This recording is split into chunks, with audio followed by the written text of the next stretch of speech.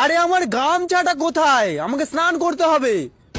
স্নান করার জন্য তো গামছা লাগে না, জল আর সাবান লাগে। গামছা তো গা মোছার জন্য লাগে।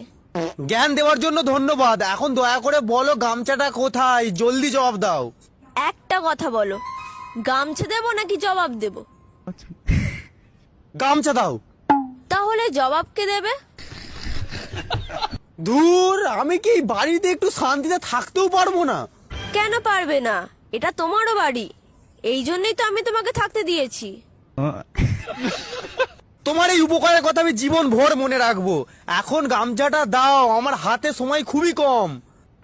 ওগো, এমন কথা বলো না। তোমার সময় শেষ হয়ে গেলে আমার সিঁথির সিঁদুরের কি হবে? আরে মন ওভার কথা বলছি নাকি? অফিসে জরুরি মিটিং আছে, আমাকে গামছাটা দাও, আমি তাড়াতাড়ি বাথরুমে যাই। কিন্তু বাথরুমে কিসের মিটিং?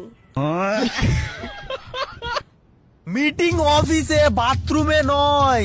তোমায় মিটিং নিয়ে চিন্তা করতে হবে না। আমার মিটিং নিয়ে চিন্তা নেই, আমার তো দোকান থেকে আলু কেনা নিয়ে চিন্তা।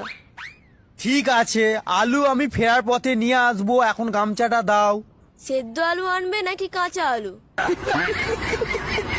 সেটা ফোনে বলে দিও। কিন্তু আলুকে কোন নম্বরে ফোন করব?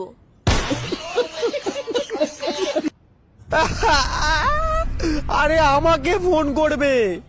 তুমি তো আমার সামনেই আছো, তবে ফোন কেন করব? ওফ, আমার মাথার ফিউজ উড়ে যাচ্ছে। কই, কোনো লোডশেডিং বা ধোঁয়া তো দেখতে পাচ্ছি না। আরে আমার দম বেরিয়ে যাচ্ছে তিথি। আরে দম বেরিয়ে গেলে রাতে আলুর দম রান্না হবে কি করে? কি আমার দম বেরিয়ে যাচ্ছে। যা বাবা, এ অজ্ঞান হয়ে গেল কেন? কি গো, তুমি বেঁচে আছো তো?